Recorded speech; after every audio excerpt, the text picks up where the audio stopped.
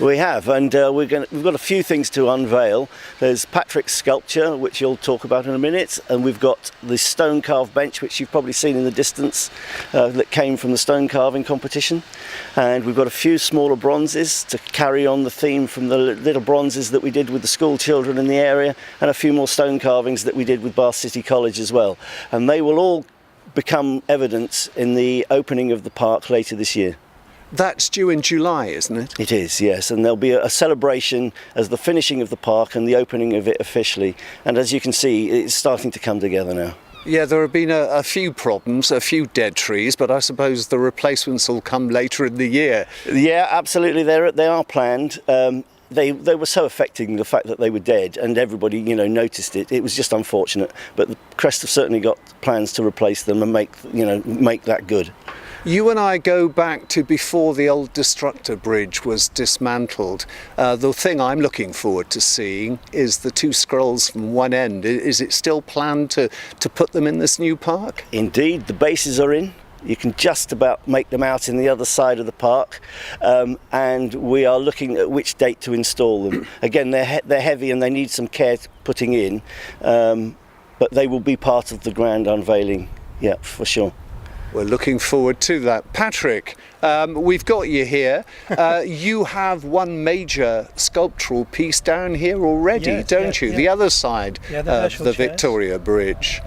Were you pleased to be invited to come back and do something else here? Oh, really pleased, because I wanted there to be a kind of continuity with my sculptures, and moving on from the Herschels and being able to bring it up to Victorians was, a special thing of making a space. People no doubt you've done your research. I'd never heard of Mr. Jennings before. A clergyman who, as I understand it, said he was too busy to go on the Beagle. He could have been a lot more famous than he was. Yeah, he could have been. He was a little bit older than Darwin, not too well in health, and he passed it over to Charles Darwin to go on the second voyage.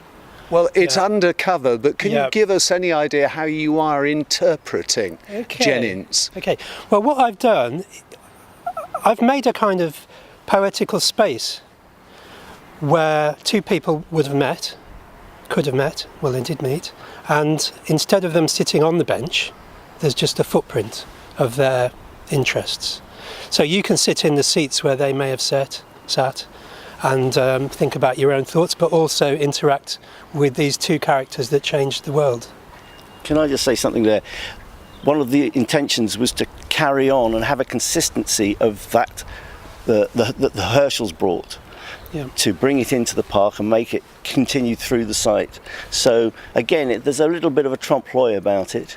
You will expect it to have a certain historical feel, and if you're not aware of what it's doing there will certainly be a curiosity about the items that Patrick's beautifully crafted around the seat.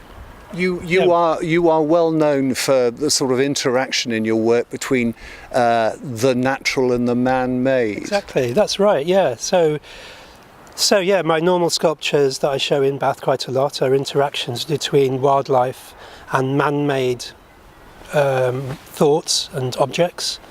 And in a way, this is similar. I've taken objects from the human world of an interior space and placed them outside. But there's also the natural world interacting with those humans to change the course of science, I suppose. Your interest in the natural world, does that spring from the fact that once upon a time you were going to be a gardener rather than an artist? Partly, yes. Yeah. You were doing horticulture, am I right? I did horticulture briefly, yeah. But I mean, I suppose similar with a lot of artists, my interest in drawing started from having asthma and sitting quietly and putting all those hundreds of hours into something which would have been drawing. That is quite amazing. Connections with the film industry too. I read you've done everything from recreating full-size Spitfires to, of course, working for Aardman Animation. Yeah, Aardman's and the famous Spitting Image, of course. So that was my big apprenticeship to becoming a full-time fine artist. Well, gentlemen, thank you both very much indeed for your time, and we look forward to the unveiling.